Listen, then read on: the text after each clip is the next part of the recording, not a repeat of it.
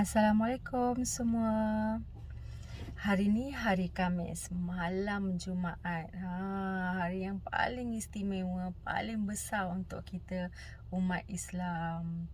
Kebanyakan ulama berkata, Lailatul Qadar tidak akan berlaku melainkan malam 27 Ramadan. Sebahagian ulama juga berkata, kalaulah 27 Ramadan tu, malam 27 Ramadan tu berlaku bertepatan pada hari Khamis, malam Jumaat, di situlah Lailatul Qadar. Apa kita tunggu lagi? Allah dah ketemukan kita hari ni, malam ni.